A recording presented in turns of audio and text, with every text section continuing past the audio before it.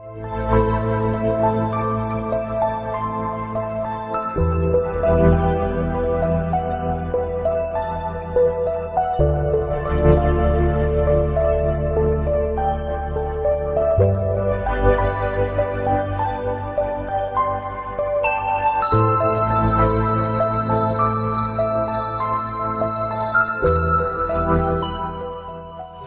Ertaç Ezgi. 1988 doğumluyum. Bu mesleğin genç jenerasyonundan sayılırım. Sayılmam hatta öyleyim. Şu anda İzmir Şirinyevi Hipodromu'nda 12 tane atla ilgilenmekteyim. Bu atlardan 4 tanesi bizim kendimize ait olan atlar. Diğerleri de at sahiplerine ait, sevdiğimiz abilerimize ait atlar.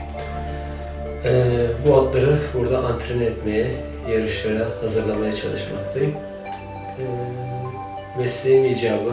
Babam Kemalettin Ezgi, Musa'nın eski antrenörlerinden hala da mesleğini icra etmekte. Babam şu anda İstanbul'da bulunan 2 tane atımızla ilgilenirken ben de İzmir ekibinin başındayım. Mesleğe başlangıcım aslında çok eskiye dayanmakta. Dediğim gibi babam 40 yıldır bu camiaya hizmet eden bir insan. Ben de küçüklüğümden beri babamla hipodroma gide gele haliyle aslında bakarsanız küçüklüğünde atlarla her haşır neşir olmuş çocuğun atlara karşı olan bir sevgisi vardır. Buna kesinlikle karşı koyamazsınız. Bende de aynı sevgi yavaş yavaş oluşmaya başladı. Şunu çok net hatırlıyorum. Ben 8 yaşlarındayken ilkokulu 2'ye gidiyordum o zaman. Öğlenciydim. Hani öğlenleri 12-12.30 gibi işe gidiyordum. Sabahları ben babamla beraber antrenmana gider. Öğlenden sonra işime giderdim. Özür dilerim, okuluma giderdim. Ülkemizde atçılık aslında çok iyi gidiyor gibi görünüyor. Yani şöyle ki, mesela yeni alınan çok güzel kanlar var. Yeni aygırlar alındı yurt dışından. Pahalı aygırlar getirildi. İyi kanatlarına sahip, yurt dışında başarılara ulaşmış aygırlar ülkemize getirildi.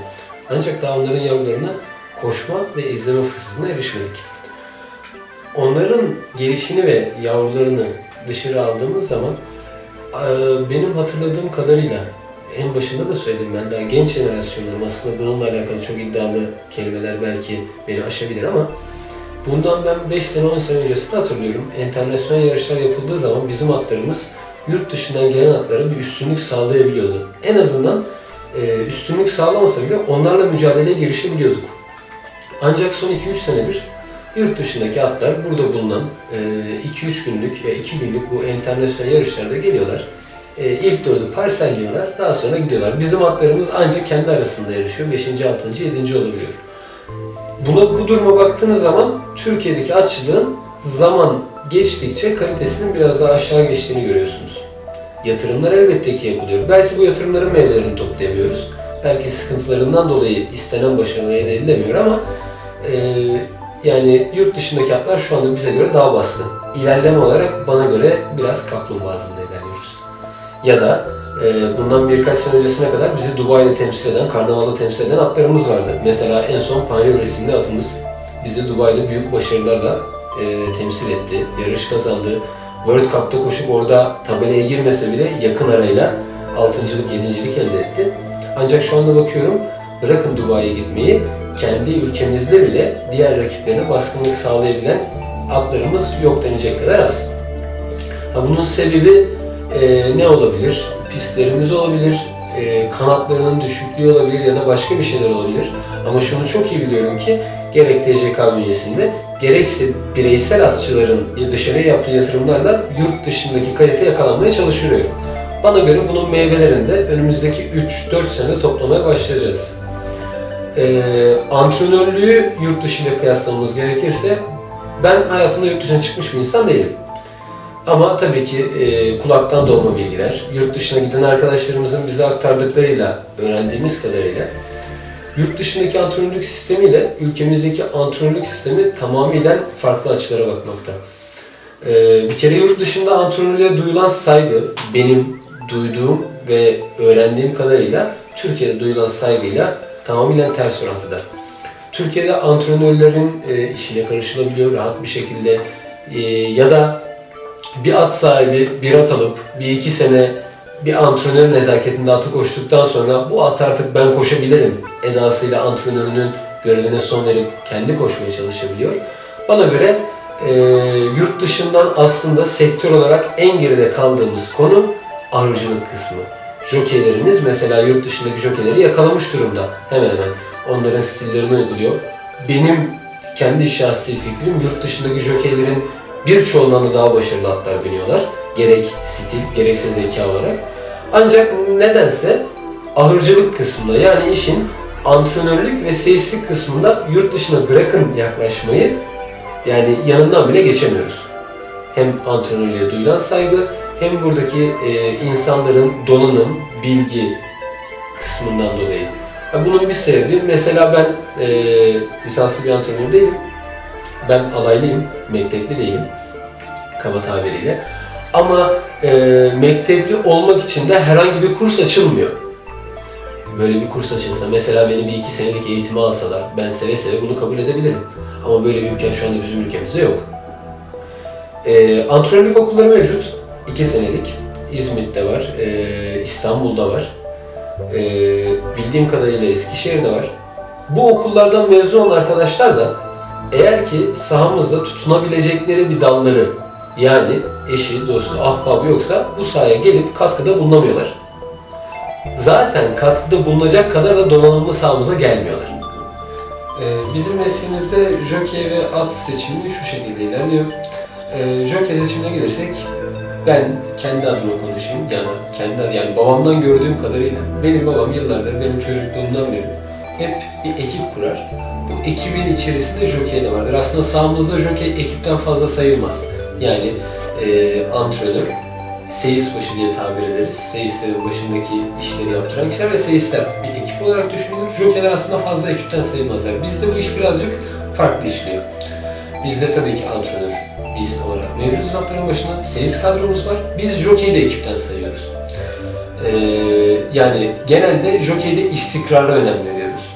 Bunun avantajını fazlasıyla yaşadığımızı düşünüyorum. Nasıl? Bir jokey bir ata bir şekilde bindiği zaman atların karakterleri çok farklı oluyor.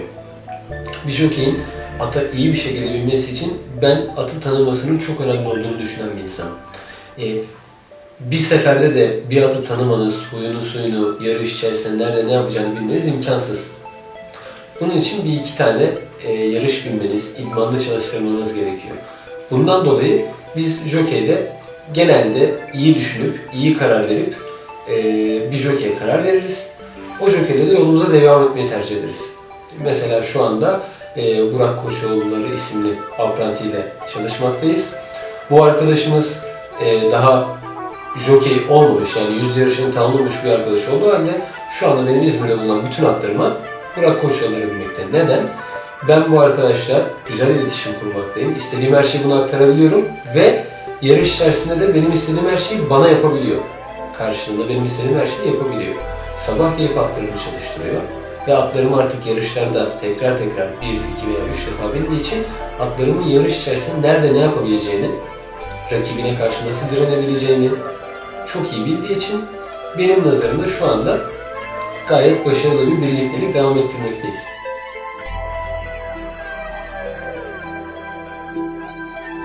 Merhaba, ben Burak Koçoğulları. Türkiye Jokey Kulübü İzmir Hipodromu'nda jokeylik yapmaktayım. Mesleğe 2002 yılında İstanbul'da apprenti okuluna girerek başladım. 2004 yılında apprenti okulunu bitirdikten sonra İzmir'e geldim ve hala bir fiil İzmir'de jokeylik yapmaktayım. Yarışa çıkmadan önceki heyecanımızı ve yarışın içinde olabilecek konuları at sahibi ve antrenörümüz üzerine konuştuğumuzu size anlatabilirim. İlk padağa geldiğimiz andan itibaren antrenörümüzün bize verdiği direktif doğrultusunda diğer atların koşu stilleriyle, diğer atların jokeyleriyle olsun, padoktan daha sonra piste kadar olan kısımda sadece bizim at ve diğer yarışta olan diğer atlarla ilgili kafamızda olan bütün direktif startın oraya kadar şekillenir. Ve starta girdikten sonra yarış başlama anından itibaren yarış başladıktan sonra yarışın süretine, gidişine, atların koşu stillerine göre kafamızdaki o direktif doğrultusunda en iyi dereceye ulaşmak için yarışırız. At sahibimizin ve yarış severlerin mutlu olabileceği şekilde kafamızdaki olan direktif doğrultusunda yarışımızı koşar ve tamamlarız. Jokeylik hakkında bilgi vermek gerekirse jokeylik mesleği riskli bir iş. Riskli olduğu kadar adrenalinli bir iş. Bu mesleği seçmemin ilk sebeplerinden biri adrenalin olması ve atlara sevgim olması. Jokeylik mesleğinin tehlikelerine gelince kazalar yaşanmıyor değil. Bu kazaları en aza indirgemeye çalışıyoruz. 22 Şubat 2013 tarihinde üzücü bir kaza geçirdim. Atımla birlikte fotoya doğru girerken birincilik mücadelesinde ata hakim olduğum sırada atımın tökezlemesi sonucu atımla birlikte devrildim. Çok büyük, atımda da bende de herhangi bir zarar olmadı.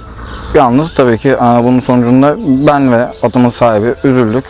Bu kazaları biz dediğim gibi en aza indirgemeye çalışıyoruz.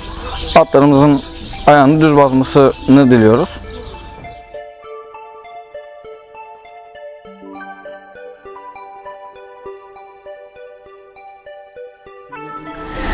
Herkes yarışlarda atları seyreder ama o atların büyüyüp annesinden doğup yarışa kadar olan evreleri aşağı yukarı 2-3 seneyi buluyor. Hatta anne karnına da bir sene bakarsanız en az 3 seneden başlamak lazım. Çünkü atlarda aşağı yukarı gebelik süresi 11-11,5 ay. Annesinin babasının saf kan ve pedigrili olması lazım. Çiftleştirme kayıtlarının, doğum kayıtlarının, kan grupları kayıtlarının hepsinin DNA testlerine kadar hepsinin olması lazım. Yani özel bir pedigri dediğimiz nüfus kağıdına sahip olması lazım. Mikroçiplerinin takılmış olması lazım. Burada özel çiftliklerde ve Türkiye Jokey Kulübü'nün haralarında en az 1,5 yıl, İngiliz atlarında, Arap atlarında da 2,5 yıllık bir bakım süreci var. Bu da tabii ki özel aşılarından, beslenmesinden, bütün tırnak kontrollerinden hepsinin birden yapılması, çok iyi şekilde yapılması lazım. Çünkü en ufak bir hatada atı kaybedebilirsiniz. 2-3 yıllık bir emeğiniz havaya gider. Çünkü bunlar büyük masraflarla elde edilen hayvanlar. Taylar en az dediğim gibi 1-1,5 yıl İngiliz atlarında. Çünkü 2 yaşında koşar İngiliz atları. Arap atları da 2-2,5 yıl annesiyle birlikte çiftlikte kalması lazım. En az 6 ay annesiyle birlikte kalması lazım. Bunlar hep özel bakımlar gerektiriyor. Bu atların vücut ağırlıklarına göre verilecek olduğu besinler, özel yemleri var. Bu arada atçılık sektörü genişledikçe at yemi sektörü de Türkiye'de genişlemeye başladı. Hem ithal yemler hem Türkiye'de üretilen özel at yemleri sayısı oldukça hızla artmaya başladı. Bu da önemli.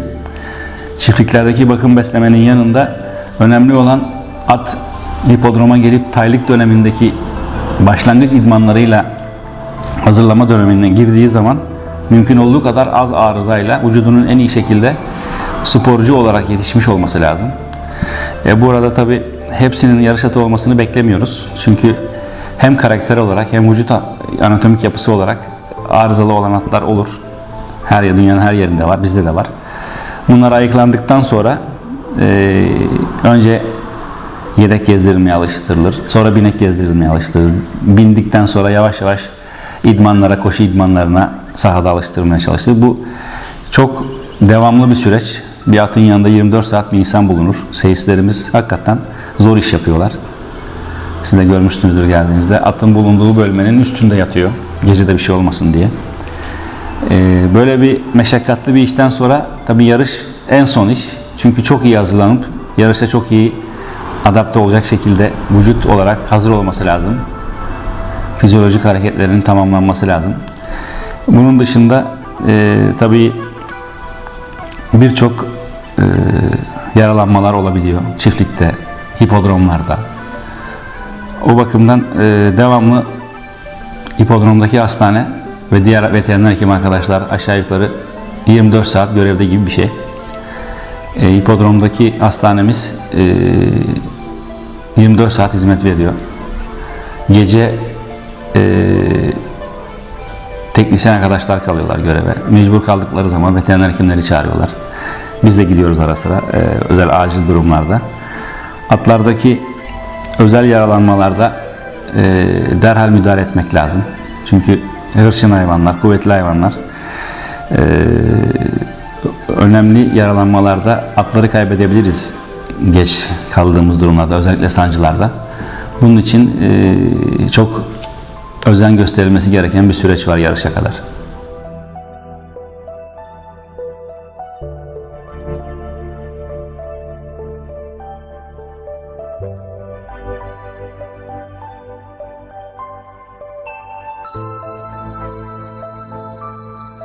Bu kadar hazırlıktan sonra, tay yetiştirildikten sonra, hazırlandıktan sonra yarış sürecine geldiğimizde atlar biliyorsunuz Arap atları, İngiliz atları ayrı ayrı kategorilerde kendi aralarında yarışırlar. Yarışlarda dişi erkek ayrımı yok ama bazı yarışlarda sadece dişilere gibi yarışlar var özel yarış programlarında.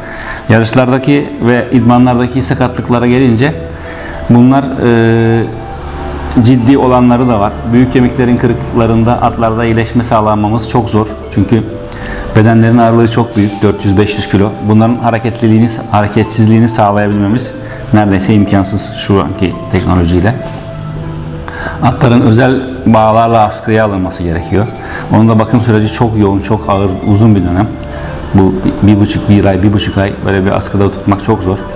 Büyük kemikler kırıldığında hareketsizlik sağlanamadığı için kemik kaynamıyor. Yani atların kemiği kaynamaz diye halk arasında bir şey var ama böyle bir şey yok.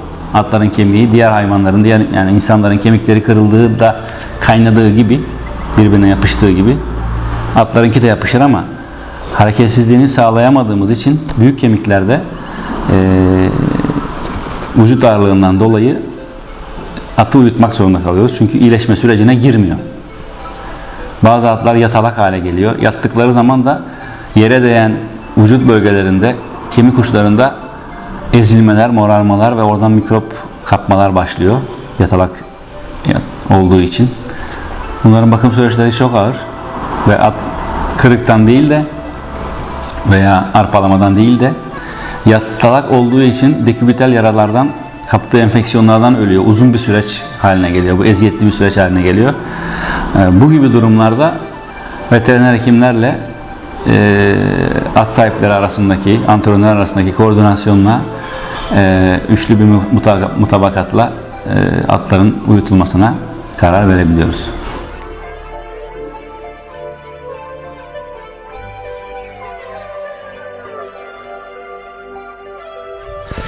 Adım Ramazan, soyadım Can Polat. 2000'den beri bu işi yapıyorum. Çok ekürüde çalıştım. Sayısızca yarış kazandım. Şu anda Kemalettin Ezgi ekürüsündeyim. Şu gördüğünüz safkan İngiliz atı, tay. Şu anda Kenterler'de yaklaşık 3-4 ay sonra koşmayı planlıyoruz.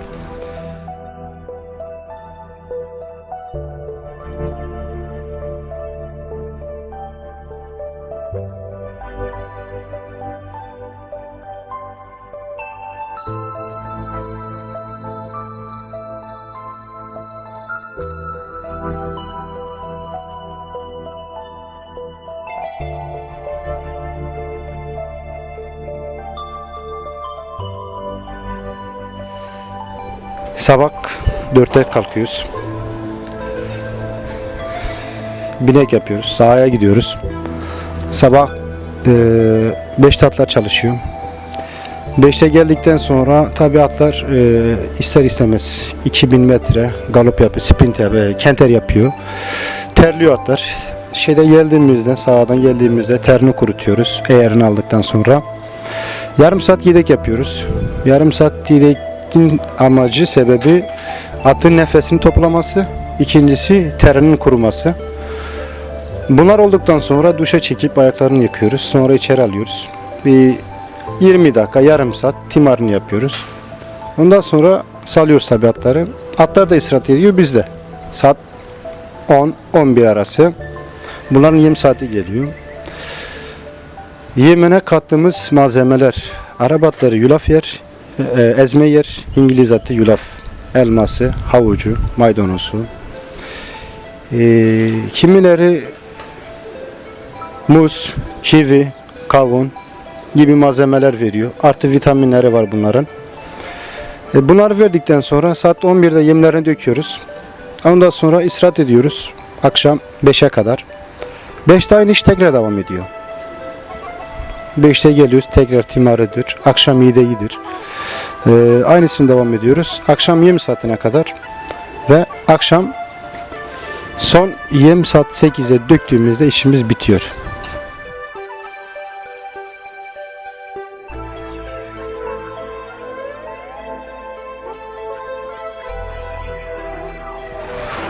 Dediğim gibi atlarımıza hepsine Yani iyi at. Açık yarış atı gözüyle bakıyoruz. Oluyor bazen istemediğimiz tatsız olaylar oluyor. Ne oluyor? Ondan sonra öğrenmediğimiz şeyler çok oluyor. Şorşin çıkartanlar oluyor. Ondan sonra kırık parçası olanlar oluyor. Çok ciddi sakatlıklar geçiren atlar oluyor. Örneğin dizi çatlıyor ya da kaval kemikleri çatlıyor. Bunları epey bir süre geri alıyoruz. Tekrardan getiriyoruz sahaya. İkinci bir şans veriyoruz. Binektir, kenterdir. Yarışlara hazırlıyoruz tekrardan. Aynı sorunu bir de yaşıyor. Yaşayan daha doğrusu çok oluyor. Bunları yaşadığı zaman yarış hayatı ister istemez bitiyor. Yani bunu çiftliğe gönderiyoruz. Çiftlikte dinlendiriyoruz.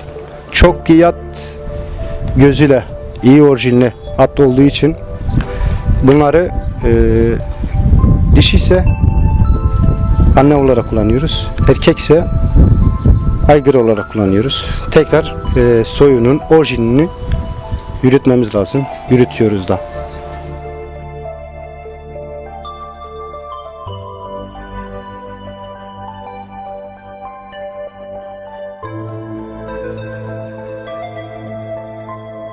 Merhaba, ben Ergin Ülker. Mesleğe Sayın Şerafettin Gedik Ekürüsü'nün çiftliğinde başladım. Hipodrom hayatına 99 Ekim 13'te geldim. Geldim ve kaldık.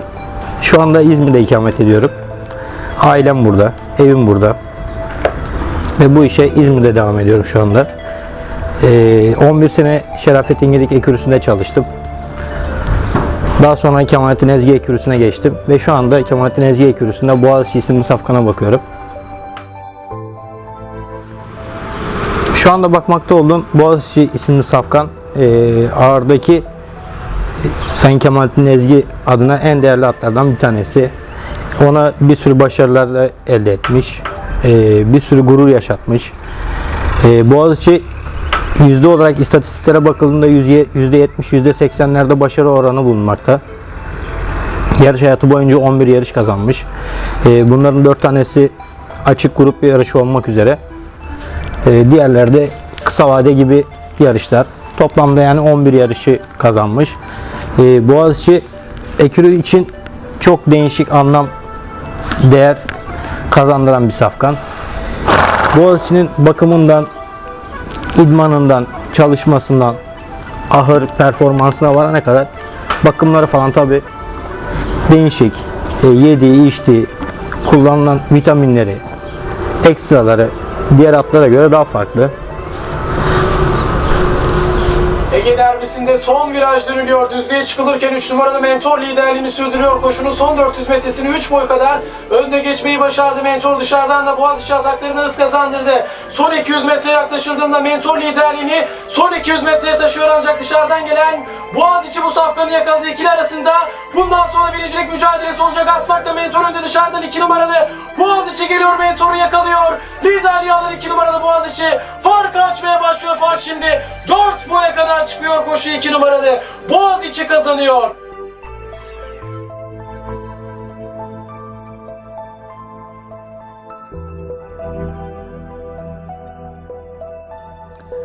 Adım Erhan Taşbek, 1988 İzmir doğumluyum. 2003 yılında Apranti Eğitim Merkezi'ne katıldım ve 2005 yılında mezun oldum. 2005 yılından itibaren mesleğimi icra ediyorum profesyonel olarak. Yalnız 2005 yılında lisansımı alır almaz talihsiz bir kaza geçirdim ve ayağım kırıldı. Yaklaşık Apranti Okulu'ndan mezun olduğumda 1.61 boylarındaydım. Yalnız ayağım kırıldıktan sonra, geçirdiğim ameliyatlardan sonra ve dinlenme sürecinden sonra boyum bir hayli arttı ve şu anda 1.86 boyundayım ve şu an Türkiye'deki en uzun boylu jokeyim.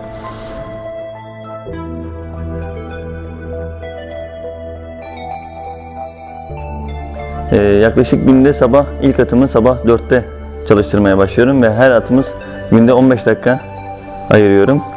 Ve yaklaşık 15 ile 20 arasında günde at idman veriyorum. Bu atlara işte taylar ilk geldiği zaman da tırıs, kenter, sprint ve galop evresinde antrenörlerimizin bize verdiği emirler doğrultusunda onları yerine getirmeye çalışıyoruz. Bu da gayet meşakkatli bir iş. Çünkü saniyeler, hatta saliselerle yarışıyoruz. Onların istediği derecede tutturmak işimizin en püf noktası. O yüzden iyi bir idman jockey olmak için en önemli ayrıntılardan bir tanesi antrenörün dediklerini harfiyen uygulamak. Zaten ondan sonra da başarı ister istemez peşinden geliyor. Bir atın sahaya geldikten sonra yaklaşık bir binek süreci var. O atı işte eğer vurmak, bineğe hazırlamak. Yaklaşık 2 ay kadar bir atla binek yapıp ata sadece binip öyle hazırlıyoruz. Ondan sonra ilk evresi tırıs evresi. Tırıs da jokeyin yavaşça atın oturup beline oturup kalkmasıyla atın en yavaş şekilde koşması şeklidir. O da antrenörün verdiği şekilde hani 2 tur, 3 tur, 4 tur diye artan bir şeydir. Ondan sonra atın ilk yarış hayatına yani sahaya çıkmasında kenterlerle başlıyoruz. O da aynı şekilde 200, 400, 600 metre diye uzuyor ve yaklaşık kenter dediğimizde her 200 metre atın İngiliz atlarında 20 saniyede, Arap atlarında 22-24 saniyede geçmesidir. At bu evreyi tamamladıktan sonra yani yaklaşık 2000 metre kentere, 1600-2000 metre civarında kentere ulaştıktan sonra yavaş yavaş sprintlere başlıyoruz. Bu da yaklaşık İngiliz atlarında her 200 metreyi 13 saniyede, Arap atlarında 14-15 saniyede geçmesi demektir. Sprint dediğimiz zaman kısa yani 400 ve 600 metre tekabül ediyor. Galop dediğimiz zaman da bu da yarış evresine artık yaklaşmış demektir. O da 800 metre, 1000 metre ve 1600 metre arası. Buna da galop diyoruz. Tabii bunları dereceleri antrenörün verdiği dereceleri ayarlamak zor oluyor. Bunun için de saatlerimiz var. Saatlerimizi kullanıyoruz ve her 200'de atla beraber geçtikten sonra saatimizi kontrol edip kaç saniyede geçtiğimize bakıyoruz. Ve antrenörümüzün verdiği dereceyi tutturmak için mecburen bu şekilde devam ediyoruz.